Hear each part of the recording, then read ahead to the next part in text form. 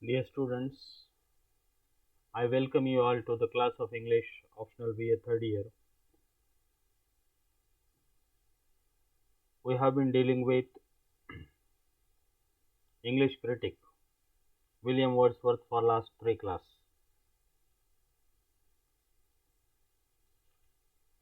To proceed ahead with the discussion of Wordsworth's concept of poetry,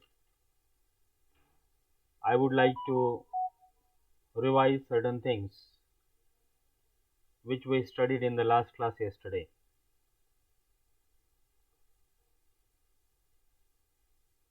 William Wordsworth is the critic and poet.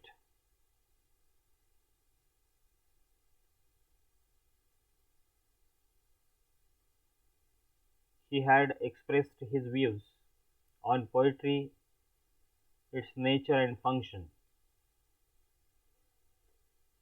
Even he had talked about qualifications of a poet, poetic truth and poetic pleasure. He also made distinction between a poet and a man of science. He discussed all these concepts in his preface of the lyrical ballads, which was published in 1802 and 1815 editions. It is actually a supplementary essay. While talking about nature and definition of poetry, William Wordsworth revolted against the concept of poetry in 18th century. He defined poetry as the spontaneous overflow of powerful feelings. He also adds that poetry takes its origin from emotions and recollected in tranquility.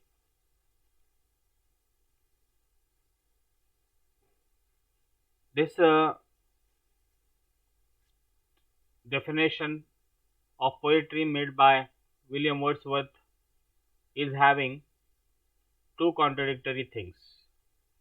Number one, spontaneous overflow of powerful feelings, and two, recollection in tranquility. The word spontaneous in the definition of William Wordsworth is not immediate or sudden, it is natural or unforced. According to Wordsworth, poetry is born not in mind but in heart, overflowing with feelings.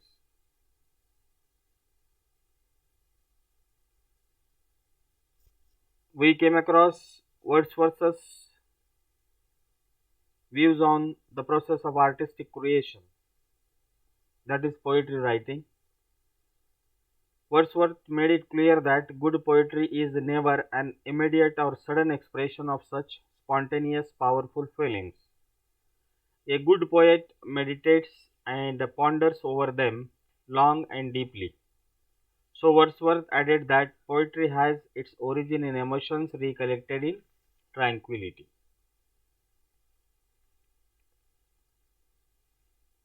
Wordsworth's practice of his theory, he wrote renowned poems such as Daffodils, Tintern Abbey, Peel Castle, Solitary Reaper, etc. Wordsworth followed his theory of poetry very closely while writing poems. He never wrote a song soon after the experience of the thing. He was gifted with powerful memory, therefore, he could recollect the things which he has come across and he used to compose poems.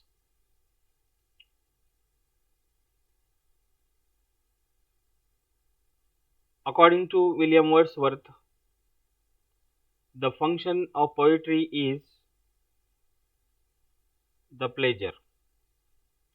Pleasure is the over and all object of poetry.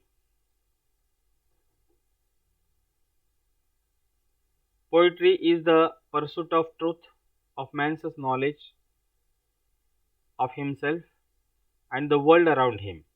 At last, he says, poetry is a great force of good. His own object of writing poetry was to console the afflicted people, to add sunshine to daylight by making the happy happier, to teach the young and the gracious of every age to see, to think and feel, and therefore he becomes more actively and securely virtuous. He concludes that every great poet is a teacher. So he wished that he may be considered as a teacher only and nothing else. While speaking about the subject matter of poetry, William Wordsworth cites, according to him, the incidents, situations, and characters taken from low and rustic life are the proper subjects of poetry. He emphasizes on low and rustic life because in that condition men are free from all external influences. They speak from their own personal experience and their passions are less under restraint. He adds in it that a poet must throw over them a certain coloring of imagination whereby ordinary things should be presented to the mind in an usual way. While talking about the qualification of poet, William Wordsworth says poet is a man speaking to men. He is a person who writes not for his own pleasure, but he communicates his own thoughts, ideas, emotions, and feelings to his readers in order to give them pleasure. He is a man of more lively sensibility than the common people, so he reacts more strongly to to external impressions, and so his emotions and passions are more powerful. Poet is a man of great imagination. He colors the common incidents with his imagination. He has greater knowledge of human nature, so he is able to read the passions of others. He is a man of a more comprehensive soul, so he can share the emotions of others and write on it. He is a man of greater zeal for life. He is a man of enthusiasm than other ordinary people. He is sincere and reflective by nature, so he can write good poetry. All these qualities make him a good poet. William Wordsworth makes distinction between poet and man of science. He defines poetry as the breath and finer spirit of all knowledge. It is the impassioned expression which is the countenance of all science. Poetry is the first and last of all knowledge. It is as immortal as the heart of man. He points out that a poet is far superior to a man of science because a man of science gives the superficial and entirely intellectual knowledge. It is not shared by all. The scientist alone is the benefactor of it. On the other hand, the truth of the poet can be shared by all. It is the realization of basic laws which are the same in all ages and centuries.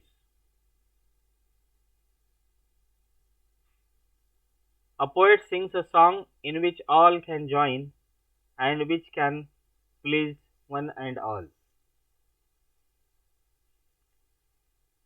Finally, William Wordsworth speaks about the diction or language of poetry.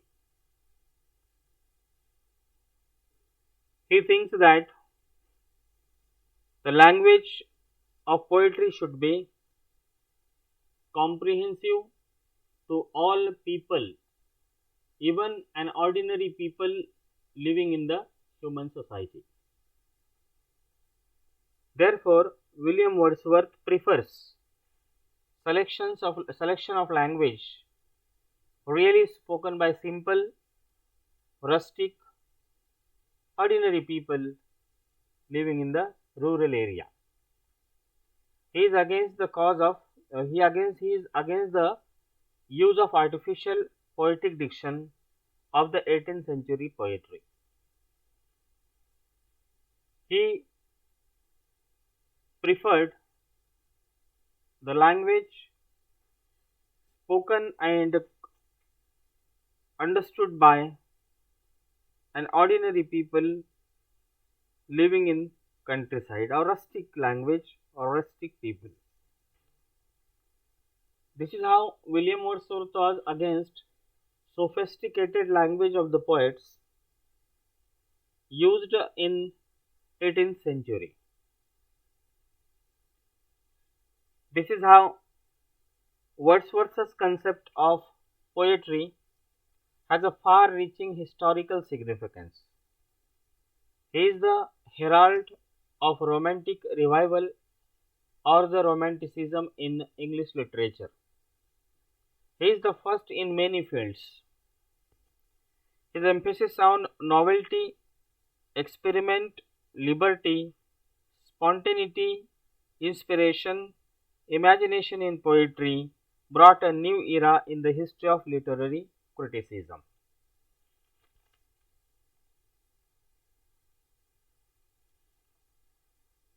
William Wordsworth thought about a poet as a teacher. He himself also wished that he should not be considered as a poet, but he should be considered as a teacher. In his preface to the lyrical ballads, he has focused on the concept of poetry, definition of poetry,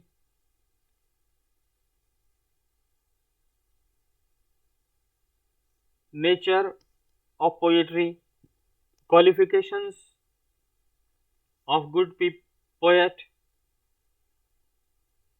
Traditionally, the function of poetry was supposed to be to instruct and delight the people. But for Wordsworth, the function of poetry is to give pleasure. However, his conception of pleasure is an exalted one. We can discuss Wordsworth's views of function of poetry as follows. The first thing, that is teaching. Second, delight or pleasure, that is function of poetry. The third, to console and to give strength to readers. Fourth, knowledge and truth. Fifth, force of good. So these are the functions of poetry.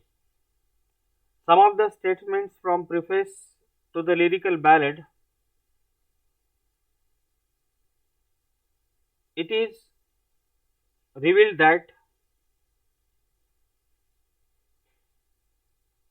William Wordsworth thought the major function of poetry is to teach the readers. Therefore, he calls poetry the most philosophical of all writings. Second thing, the breadth and finer spirit of all knowledge. And the third thing, the impassioned expression that is the countenance of all science. And finally, he says, the image of man and nature, etc. Again, William Wordsworth gives more importance to teaching quality of poetry. In a letter written to his friend, William Wordsworth writes, every great poet is a teacher. I wish either to be considered as a teacher or as something or as nothing. He thinks that delight is the function of poetry. Wordsworth gives first importance to pleasure as the primary function, but he differs from neoclassics. The neoclassics gave equal importance both to instruct and delight. Wordsworth's concept of pleasure is not aesthetic. His conception of pleasure is moral. Poetry aims at pleasure which is much higher, the pleasure which results from the realization of truth. Wordsworth says that poetry makes the readers saner and purer than before. According to Wordsworth, poetry is a source of consolation and strength.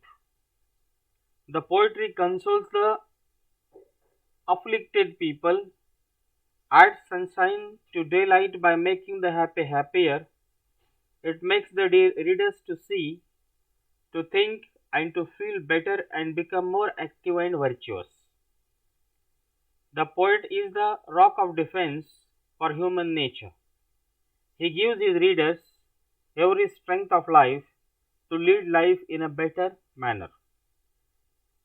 Wordsworth firmly believed that his poetry discovered the truth of nature. He thought the mission of poetry is to discover something fresh and original in the beauty of nature, in the mind of man, and to teach, to communicate this truth to his readers. He says, poetry increases our knowledge of human life and human nature. It makes us wiser and also nobler and better. The truth of poetry are universal and general, while the truths of science are merely personal and particular. Finally, William Wordsworth thinks that the function of poetry is nothing but it is a force for good. To William Wordsworth, poetry is a force for good. He talked of meaning tendencies of poetry in his preface to the lyrical ballads. He called them relationship and love. He thought to promote his relationship and love is the main function of poetry. Thus, Wordsworth had an exalted and noble conception of poetry and its function. He conciles pleasure and teaching and fuses them into a whole. It is said that William Wordsworth has much common with Plato when he talks of poetic teaching, but he stresses more on pleasure. So, dear student, this is how we have come across William Wordsworth's concept of or theory of poetic language, or William Wordsworth's concept of poetic diction, function of poetry, qualification of poetry, so on and so forth.